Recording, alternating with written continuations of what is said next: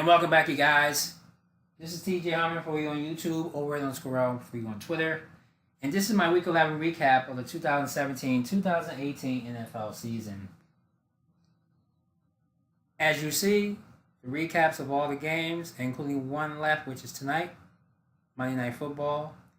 In that game, I got the Seahawks winning this one, even though Russell Wilson got hit hard in the jaw by Arizona Cardinal linebacker Carlos Dansby a week and a half ago, and he had to get his jaw realigned.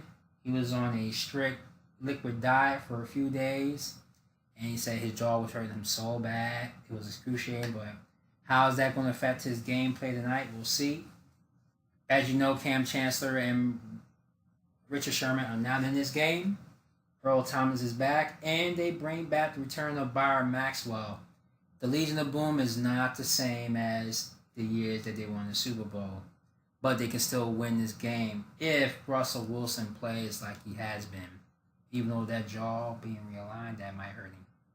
Falcons have a chance to make this game close, so take the Seahawks to win the game.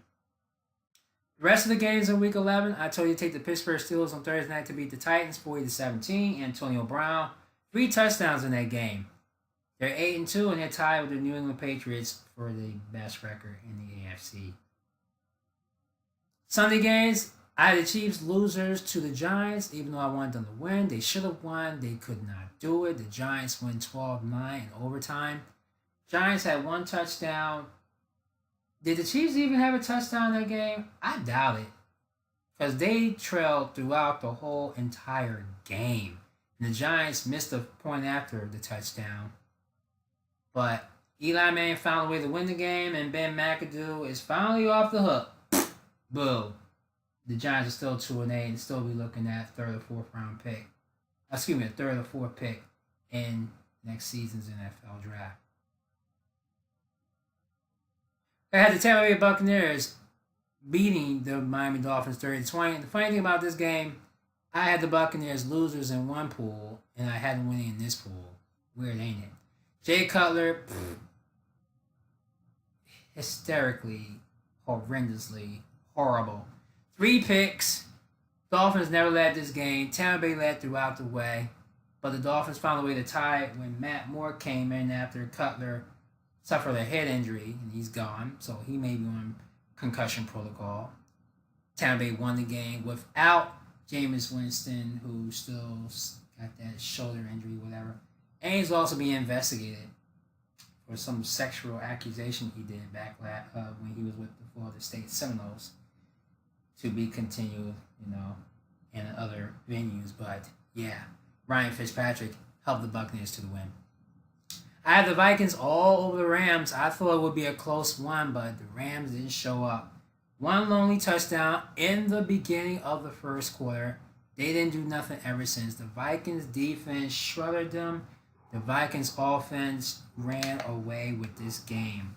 Adam Thielen and Latavius Murray. And don't forget McKinnon. I can't get his first name, but McKinnon, he's also a beast for the Rams. Gio, you got yourself a team. Case Keenum, former quarterback of the Rams, now with the Vikings. Keep him until he gets popped, and yeah, you can bring Teddy Bridgewater. Keep him in because he can make good things happen. Vikings, winners of 6 games in a row, I believe. 6 straight games the Vikings have won. Maybe 7. Maybe I'm wrong. 6 or 7 straight games. Let me know what y'all think. In another game that I wanted the Redskins to win, even though the Saints were victorious in this one, but it took overtime to do it. 34-31. Alvin Kamara and Mark Ingram are two-headed monsters for the Saints. Don't forget about Ted Ginn Jr. He can make big things happen too. But it was a running back and Drew Brees' 8th straight win after losing the first two games of the season. Redskins should have won because they were up 15 in the second half. They found a way to lose Kirk Cousins. Most people was telling me today that game was rigged because Cousins threw it out of bounds, and I don't know what he was thinking, but maybe y'all could tell me. Saints winners and still keeping hope with the Eagles with the best record, but hey, we'll see what happens down the road. The Texans found a way to beat the Arizona Cardinals, even though the Cardinals winning this game, they could not do it. Tom Savage had a pretty decent game. Texans won, in which I thought the Cardinals would do it. Drew Stanton couldn't do it. Drew Stanton didn't even play. They had Blaine Gabbert. Gabbert? Really? I should have knew that if Stanton was going to play, it would be close. Or without Gabbert, and Texans won that game. Big deal. Each team now 4-6. It ain't going to matter. They're playing for pride. The Lions over the Bears, 27-24. Lions were losing in this game. The Bears found a way to just stay with the lead, but the Lions just came back strong. Bears did come back with a touchdown alone, and after that, the Lions just pulled it away in the battle of the NFC North. 2 straight losses for the Bears at home, especially to the Packers the week before. Bears are 3-7. They're playing for pride right now. Lions still in there in the wild card. The Jaguars over the Browns, 19-7. Deshaun Kaiser, what can I say? Snowy, flurry conditions. Browns should have had a chance to win this game, but the Jaguars was in it all day. Cold, chilly weather. This Jacksonville, they play in Florida. They don't get snow. They don't get flurries. Cold enough that they found a way to win the game, even in AFC territory. Jacksonville on the best record right now ever for that franchise at 7-3. I had the Ravens losing, but they found a way to beat the Packers 23-0. Oh, I'm not even going to say nothing more about that.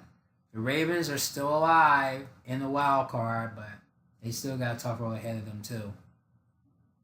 I had the Chargers losing to the Bills, but if Phillip Rivers played, they would win, and they did in grand style. 54 burger for the Chargers. StubHub Chargers, I'm hearing too. Yeah. Buffalo started Nate Peterman, the rookie quarterback, threw 5 interceptions. Tyrod got benched. Tyrod came back. Tyrod did get his team back, but the Chargers pulled it out, winning by 30 points. Who would have ever thought the Chargers would still hang alive in the freaking wild card? They're still on the outside looking in, but they got the Cowboys on Thursday, so we'll see. I had the Bengals to lose to the Broncos, but the Broncos found a way to lose to the Bengals in the toilet bowl flushing game that the Bengals found a way to flush the Broncos down the toilet, and the Broncos still stuck in that rut. 6 straight losses. Fired their offensive coordinator McCoy and bring in Musgrave. Will that make a bit of a difference? We'll see. I had the Patriots over the Raiders 33-8 in a game where TB12 just kept on doing it and doing it well with Brandon Cooks and don't forget Gronkowski and them. Can Tom Brady lose in any country, in any state? He's won in London. He's won in Mexico City. He won in Acapulco. He's won in, who knows? I can't fit that up, but he can win anywhere. He's a GOAT. He's the man. Patriots are tied with the Steelers, as I mentioned earlier, 8-2. Can they keep it up? They still got some easy games, but I think they're going to take the AFC and may have AFC home field throughout the playoffs. Well, I just see the Pittsburgh Steelers do that. I had the Eagles beating the Cowboys 37-9. I didn't think it would be a blowout, but that is the Eagles' 5th straight blowout game. I think 4 straight blowout games. After that Monday night blowout against the Redskins, they just kept on pouring it on. Redskins, Broncos, Cardinals, and now the Cowboys. Whew. And I think they're going to blow out their next victim, the Bears, at Lincoln Financial Field on Sunday, but we'll wait and see for that. Eagles started off slow, 7 points. Cowboys had 3 field goals to take the lead, and they never scored since. Eagles came back with 3 touchdown passes, and they had 3 2-point conversions. Their 4th one kind of fell when Ertz fumbled the ball. Cowboys' worst loss in over 30 years, their first worst loss at AT&T Stadium. 3 interceptions, 3 sacks for Dak Prescott. He needs Tyron Smith he needs strongly, and he definitely needs Ezekiel because without them, they're not going anywhere. And you got the Chargers coming to town on Thanksgiving. And those are my Week 11 recaps. Again, the Seahawks will beat the Falcons if Russell Wilson can play up to his potential because of that little jaw realignment. That may sting him. We'll see what happens. Thank you guys for watching. If you like the video, click that like button. And I'll give you my Week 12 picks with a guest on the phone with me tomorrow night. His name is Reese Will, longtime friend. So check him out in his picks as well as mine. And shout out to all my YouTube prognosticators. I know some of y'all did pretty well this week. I'm still hanging in there in one pool and kind of slipping in another pool, but it's all good. So check them out on our Facebook page, YouTube Prognosticators on Facebook. And also you can check them out on their YouTube channel with the links down below as well. Before I go, I want to pass a sad note. Former wide receiver for the Patriots and Cowboys, Terry Glenn. He passed away in a car accident early this morning at the age of 43. Good player, dominant in all his rights. He did play one season with the Packers and just kind of called it a career. Glenn will be missed. He is a good man. And,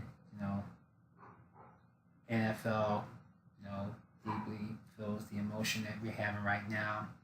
And our condolences go to the NFL, Patriots, Cowboys, as well as the Packers, and his family, as Terry Glenn leaves us today at the age of 43. Guys, I'll talk with you tomorrow with my picks. Thanks for watching, and see you guys later.